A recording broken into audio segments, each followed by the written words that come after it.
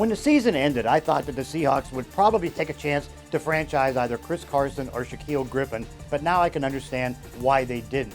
First of all, this isn't something that the Seahawks like to do under the current administration. You really go back in history, there's only been 2 times since John Snyder and Pete Carroll have been in charge that they've used a franchise tag. They did it in the first year in 2010 on a kicker, Olinda Mare, which of course that's the lowest paid player on a franchise tag. They used it on Frank Clark and then traded him. And so the idea is, the Seahawks don't like to pay the $18 or $19 million in recent vintage for the defensive ends.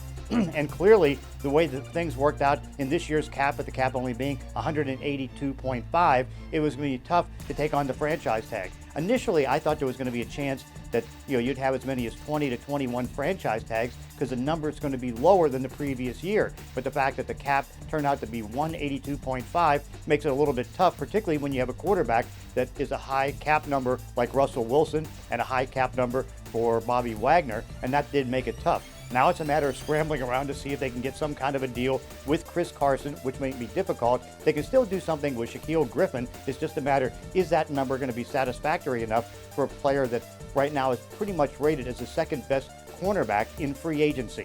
So he'll have a market, and of course the market is to try to get him back, and if not, try to find a replacement. But overall, as you can see, franchise tags aren't part of the cards for the Seahawks, and I don't know if they ever will be.